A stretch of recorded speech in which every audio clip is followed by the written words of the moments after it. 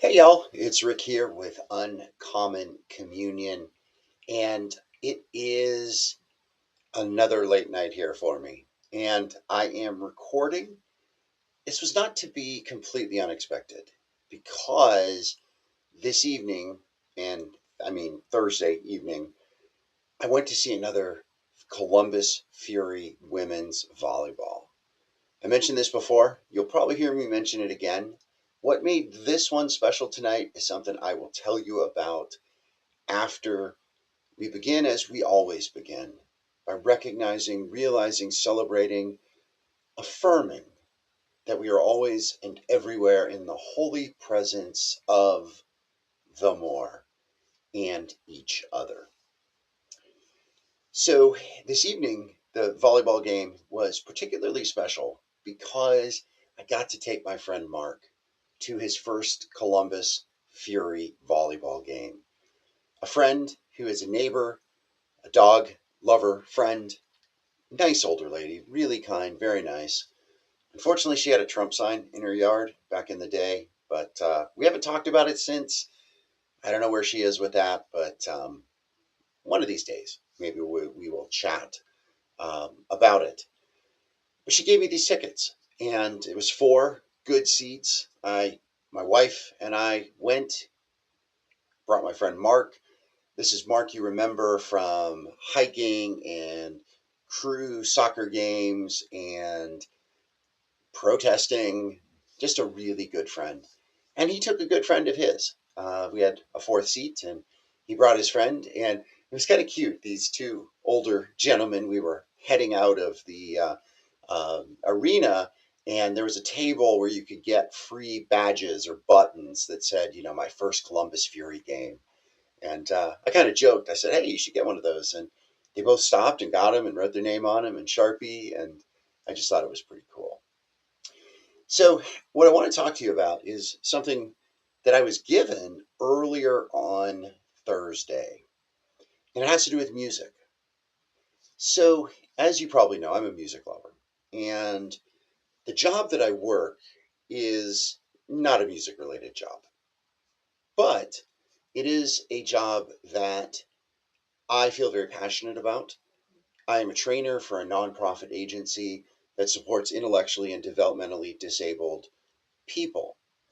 And in my training role, I get to meet many of our frontline staff and also administrative staff. I really get a pretty good cross section of the agency. And one of the things that I have long noticed, but I'm really leaning into more, is asking people when we do our introductions, our fun facts at the beginning, to share what their heritage is, right?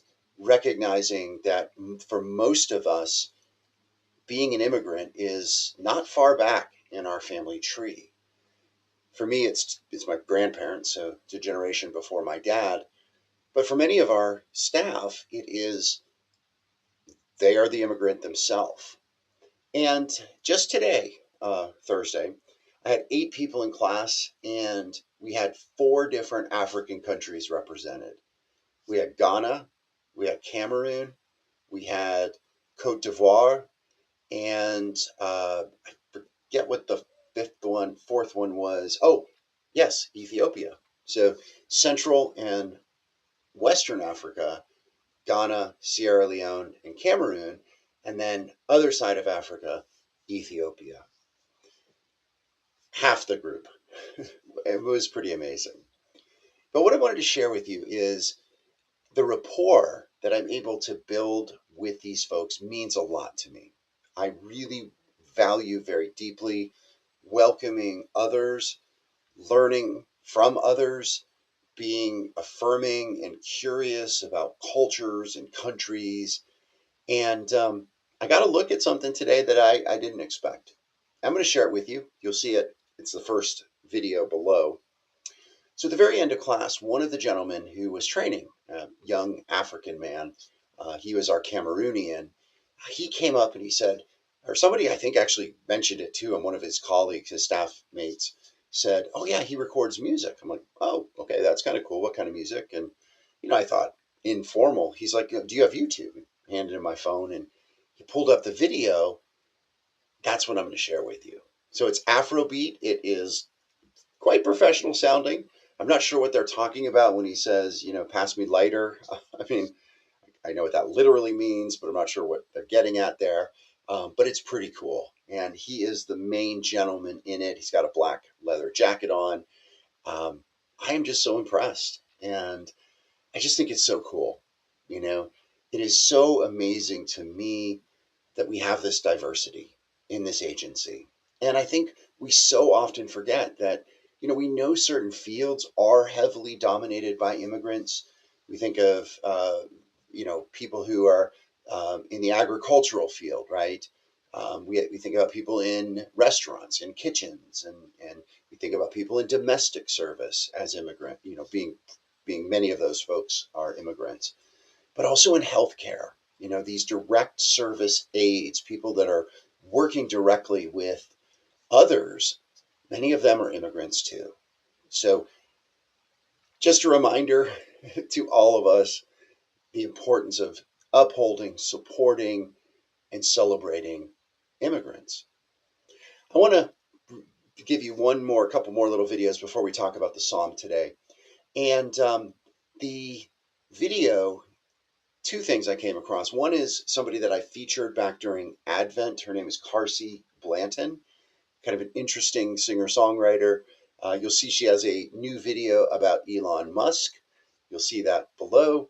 But I want to share with you a speech that she gave. It's a very short speech, but it's at a folk conference, an international conference for folk singers. And you'll hear what she said. And I think it was really quite remarkable. And I think it's a reminder about the value of art and music, how it is never funded well enough. And I think you'll be challenged by what she has to say in just a very short little speech. All right, let's talk about Psalm 30. I'm not going to read the whole thing. It's not that long, but I'm tired. I need to get to bed. So I just want to highlight a piece of it. You can read it below. You can hear the Poor Bishop Hooper song below. And it's similar to something that we've heard about before. And it is this praising God for how God has rescued the psalmist from his enemies. And this is one of the things that stood out for me, right? It's verse 5. Actually, we'll do verse 4 and 5. It says, "Let all who walk true to grandfather sing songs of honor and praise to him. Give thanks to the Holy One for all he has done. His anger is like the summer storm that quickly passes, but his goodwill remains for all our days. Tears of sorrow may last through the night, but weeping turns to shouts of joy at the sun's morning light." Yeah, y'all, it is a tough time.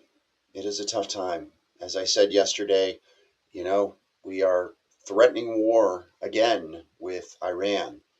And I think that would be devastating. And yet at the same time, very much in character with the dictator in the White House.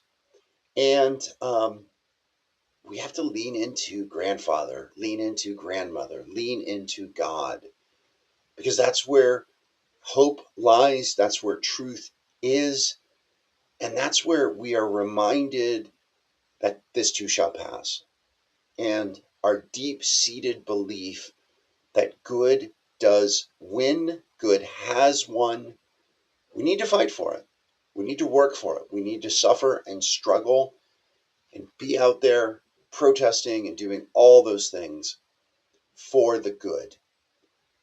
And yet it comes, it happens, because that is where God is.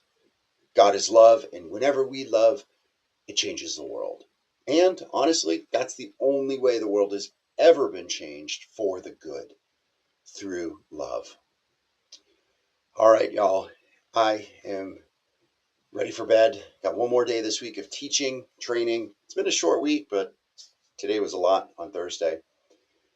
But let's end, as we often end, by praying the Serenity Prayer. God, grant us the serenity to accept the things we cannot change, the courage to change the things that we can, and the wisdom to know the difference.